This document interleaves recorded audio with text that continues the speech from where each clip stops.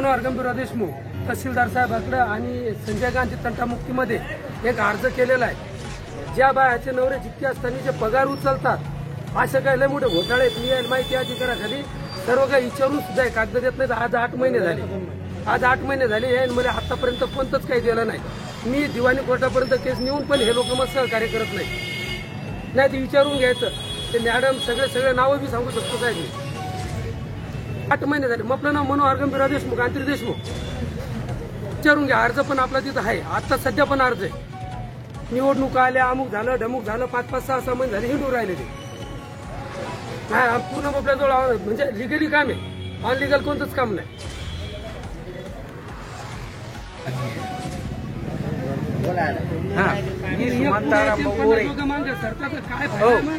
चिंचोली बोरे गाव ठाणा 31D व 30 विभाजन अनुक्रमांक नंबर यांनी फेरफार 22/5/80 चुकवलेले आहे।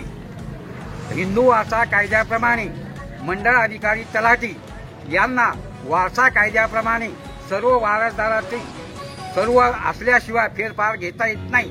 त्यानुसार मंडळ अधिकाऱ्याने फेरफार घेतले आणि 22/5/1980 22 फेरफार क्रमांक 20 जिथं रामभाऊ बोरेचे नाव होते ते शंकर वाटणी पेरणी करतो। फेरफार क्रमांक 21 जिथं सीताराम बोरे पाहिजे तिथं शंकर दाखविला आहे आणि तिथं रामभाऊ बोरे फेरफार क्रमांक 22 ह्या बी चुका सांगतो मी तुम्हाला।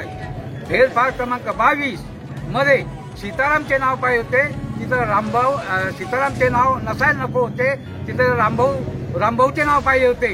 या फेरफार चुकीमुळे मला आज 42 वर्षापासून 7/12 भेटत नाही।